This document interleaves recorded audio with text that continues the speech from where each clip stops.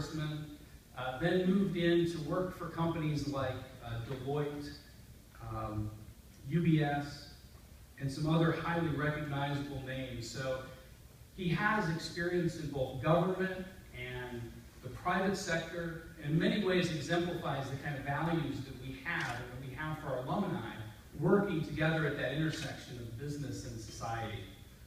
Personally, I found Bill to be just a wonderful person to work with, extremely supportive of the School of Business. I'd like to congratulate you on this award today, Bill.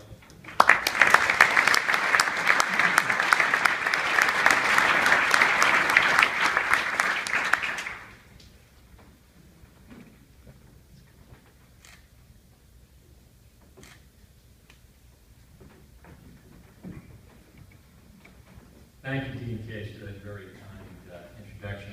I'm humbled and honored. I couldn't help but notice that everybody's clock is set for 7 o'clock, and mine is at 10 o'clock. So I don't know, based on the introductory comments that the President made, if there's a message there.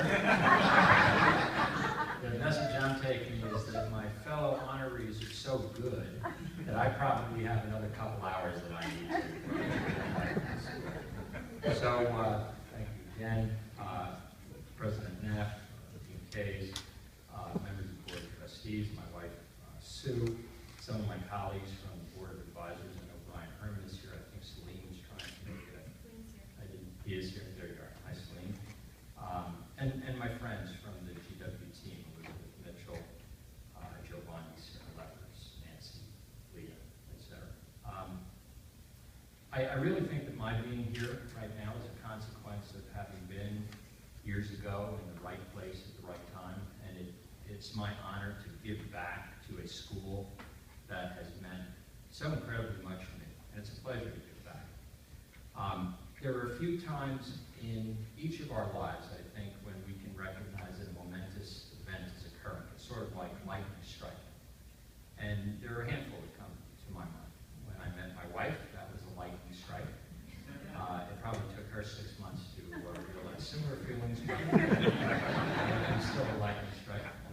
I'd say when I got my first job, that was lightning striking.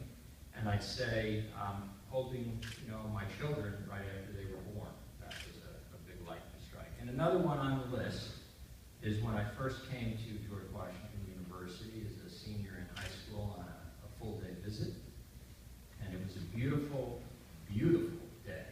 February 17th was the date. You can look it up on Google. It was actually the warmest February 17th on record. Crystal clear, blue sky, 70 degrees. Despite the weather, it wasn't a bait and switch. I fell in love with the school for all the right reasons. And I wasn't disappointed. I felt, and I still feel, that I got a first-rate education.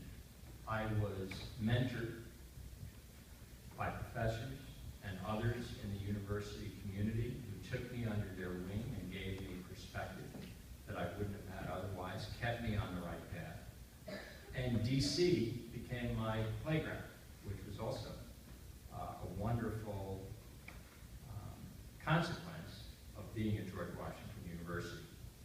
So when I think about all of this, and now as the parent of college-age children, and not only reflecting on my own education here, but I realize that college years are much more than just about getting a first-rate education. There's a lot of maturity, and there's a lot of perspective that is gathered by the young adults during those years. And nowhere other than GW did I feel that I could get this incredible combination of education and world experiences. And I know that our marketing brochures talk about engaging the world from the nation's capital. But at least in my case, I know it was true, because when I went home, my freshman year, and I spoke to some of my friends about what was going on here at school, of course there were the stories about the dorm and the frat parties, and those aren't necessarily the stories that I shared with my parents, but there were also other stories that related, at least in my case, freshman year, I got an internship on Capitol Hill. I don't think you can do that at too many other schools. My intramural football team challenged and played the Secret Service. I still have some of the bruises from that game. And there were some embassy parties that we attended, and truth be told, not always with an invitation. So there were some great experiences that I had that helped form a certain perspective and allowed me to mature.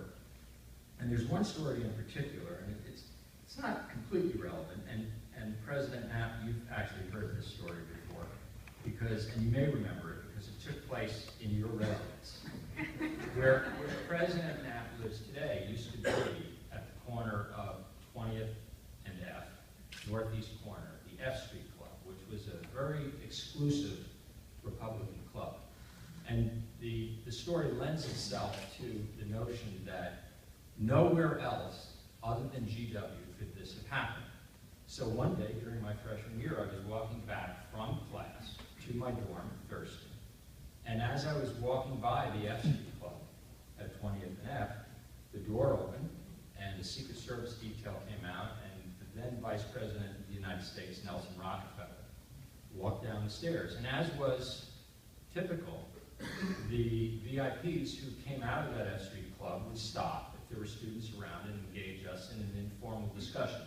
So I saw Henry Kissinger there, and it was just luck, walking by, seeing these people and getting to talk to them. Well, what stands out in my mind, and what was a little bit of perspective building, was Nelson Rockefeller had set the context, had been passed over by Gerald Ford just 2 days before he was coming out of the F Street Club for vice president to run against Jimmy Carter. You may remember that Gerald Ford picked instead Robert Dole. And Nelson Rockefeller, being human, was upset with that choice, understandably, and spent a little bit of time in the club in addition to having lunch, drinking, and often lot. So that it was apparent to us students as he was coming down, there were only 6 or 7 of us at the foot of the stairs there by the sidewalk, that the vice president was quite inebriated. And one of the students asked the vice president if he would mind wearing on his lapel a little button which was legalize marijuana. It was NORMAL, was the name of the organization. It was a picture of marijuana. And he said yes, and proudly legalized his lapel. Now, my roommate happened to have the camera. And he took a number of pictures of the vice president looking a little off his game with this, lapel pin on. The vice president was helped by the Secret Service into his car, everybody left, and we proceeded to drop the film in the mail. Big mistake, should have used the GWU, photography facilities. Didn't think of it. When we got the envelope back in the mail that the film had been placed in, there was a notice from Kodak, wherever we sent it, that said that the envelope had been received in this condition. And they enclosed the original envelope that we had, and at the bottom of the envelope there was a razor slit about 1 inch long, just big enough to take the film out. Now, I share this with you because this is an experience that you can't have anywhere else than George Washington University.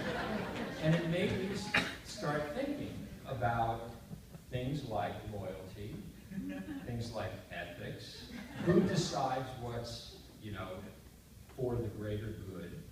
And it's an interesting story, but it really had a lot of, perspective building at the same time. And I'm always grateful for George Washington University for providing me the opportunity to have these experiences. And it is my honor to spend time and help students the way that I was helped when I was going through the same experience. So I'm very grateful. I'm humbled for the opportunity to work with Dean Kays and his team, and I'll continue to do my part and gladly. So thank you for this.